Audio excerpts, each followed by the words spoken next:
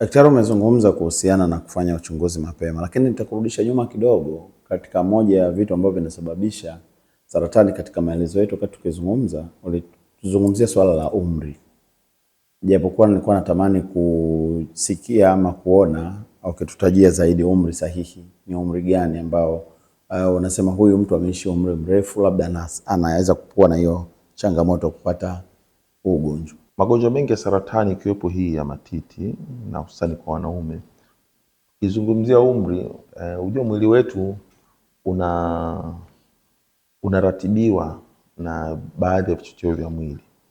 Mfano ukiangalia tunasema mwanaume anaenda balee, anaelekea. Kwa hiyo kuna kichocheo cha mwili ndio kinafanya mabadiliko ya muonekano wako na tabia zako. Utaota ndevu, unaona, utatengeneza misuli, utaenda. Kwa hiyo hata umri unavyoenda, hivi vichocheo navyo vinapitia mabadiliko tofauti tofauti. Kwa ndio maana tuone saratani za matiti hata kwa kina mama na wanaume kwenye watoto wadogo, kwa sababu vinaendana na mabadiliko ya vichocheo vyako vya mwili, ndio vinakupa umebalee. Mfano kina mama amevunja ungo, anafikia kina mama wanafikia ukomo, vyote ni vichocheo vya mwili vinaamua muonekano wako mzima. Kwa wanaume sisi hatuvunje, lakini pia vichocheo vya mwili vyetu navyo vinafikia kipindi vinapungua, ndio maana hata baadhi ya mabadiliko tunayaona. Kwa hiyo mabadiliko mengi yanaanza kutokea kwa walio wengi kuanzia miaka 45. Unaanza kuona mabadiliko mengi ya vichocheo vyetu vya mwili. Kwa hiyo tunategemea tuanze kuziona nyingi. Ingawaje kwa sasa hivi tumeanza kuona umri unashuka chini, kama ulipokuwa unashuka chini kwenye kuvunja ungo na balee. Kwa hiyo lakini tunashauri kuanzia miaka 45 mtu aanze kuhudhuria uchunguzi, hususan kwa mwanaume, wa kufanya uchunguzi wa saratani ya matiti. Daktari, tunamalizia mazungumzo yetu. Tunashukuru.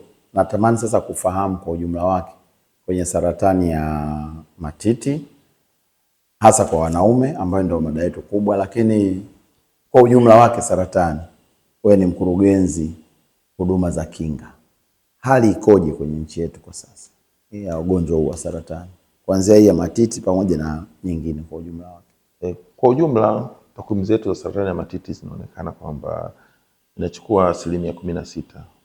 Kwa kati ya wagonjwa 100, wagonjwa 16 ndio wana saratani ya matiti. Lakini ukiangalia kwa nafasi yenye saratani ya matiti inashika nafasi ya pili kwa ukubwa wa tatizo ugonjwa. Na tunatarajia kila mwaka kama taifa karibuni wagonjwa 4000 wapya wa saratani huwa wanagundulika ya matiti hugundulika. Daktari, tungependa pia kufahamu tiba yake ikoje?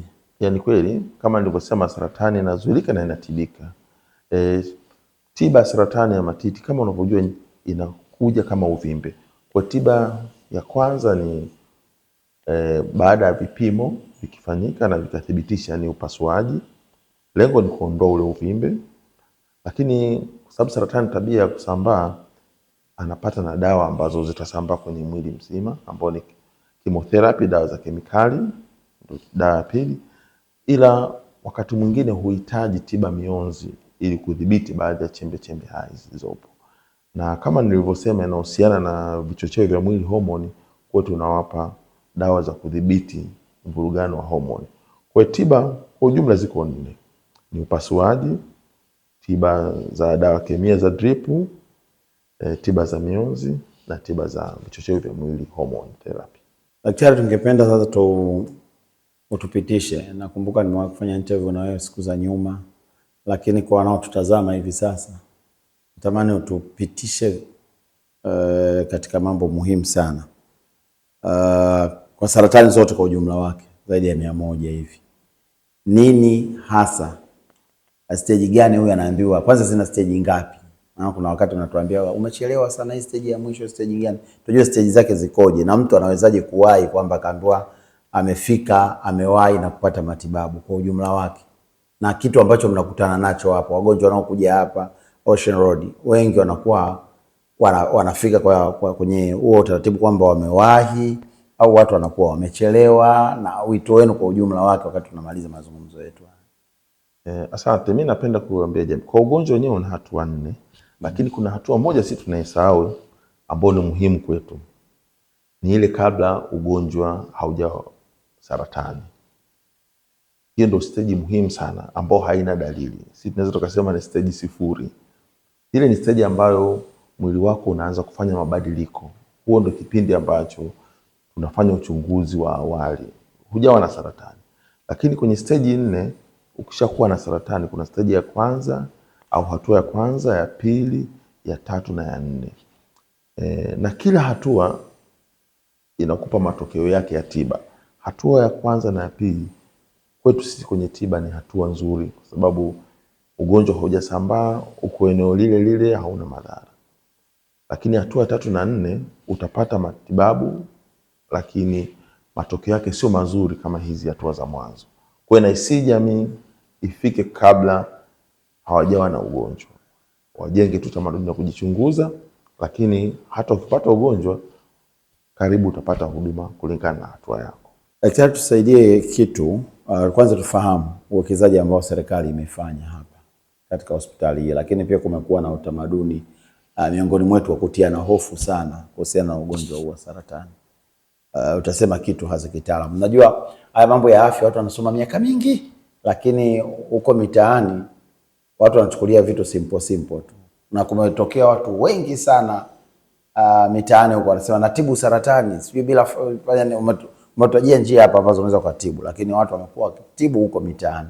Karibu kwanza tueleze uwekezaji, lakini pia kutiana hofu na hata wale wanaokuwa wakihudumia watu, kwa sababu moja ya changamoto ambayo Dr. Kaisa uliwahi kuzungumza siku za nyuma na hata kuja kwenye vipindi vyetu ni watu kuchelewa.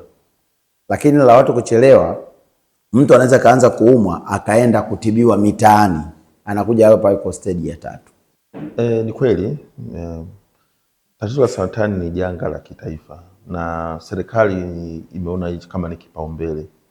Sababu moja, kundi linaloathirika ni kundi ambalo lina uhitaji mkubwa.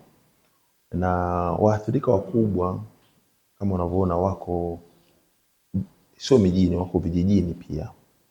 Kwa hiyo serikali kaona ilipe kipaumbele na kuhakikisha kwamba inasambaza hizi huduma. Moja, inaboresha na kusambaza huduma hizi. Kwa hiyo kuanzia huduma za msingi. Sasa hivi huduma za uchunguzi wa saratani huko hadi kwenye ngazi ya zahanati zetu. Watu wa huduma wa afya wamepewa mafunzo kuweza kugundua dalili za awali. Lakini licha hivyo wameweka vifaa tiba vya uchunguzi. Hizi mashine za MRI, CT scan nchi nzima kwenye ngazi ya hospitali za mikoa hadi hospitali za wilaya. Lakini serikali iliona inaingia gharama kubwa sana ya kupeleka wagonjwa nje. Kwa hiyo kaamua kuwekeza kwenye hospitali hizi za kibingwa na bobezi.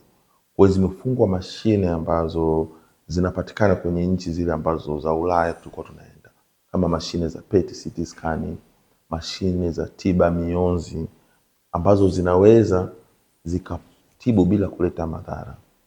Miaka 10 iliyopita tulikuwa na madaktari bingwa wa saratani kama 20, lakini sasa hizi tunazungumzia zaidi ya 72 na ambao wamesambazwa kwenye vituo vyetu vya nchi nzima. Hospitali zetu za kanda sasa hivi zote zinatoa matibabu, huduma za saratani, na tunataka kwenda sasa kwenye ngazi ya hospitali za mikoa. Kwa huo ni uwekezaji mkubwa sana. Napenda kuiambia jamii kwamba tuondoe dhana potofu ile ya kufikiria kwamba ukiumwa saratani inahusisha na kifo. Tambua kwamba kuna watu wengi wameishi na saratani, mashujaa kwa miaka mingi, hususan ukiwahi. Kwa hiyo tujenge tabia ya kufanya uchunguzi kwa sababu huduma zipo, lakini tujue kwamba saratani inatibika pale unapogundulika. Mtazamaji wa Uhuru FM TZ, tunakushukuru kwa kufuatilia matangazo haya moja kwa moja, na leo tumekuwa na wakati mzuri katika taasisi ya saratani ya Ocean Road hapa jijini Dar es Salaam, tukizungumza na daktari bingwa wa magonjwa ya saratani ambaye pia ni mkurugenzi huduma za kinga katika hospitali hii, Daktari Crispin KAHESA. Asante, niwashukuru wenzangu Joy Njarabi, nyuma ya kamera tumekuwa na Peter Paul, mimi naitwa Steven Muhina Dungumaro.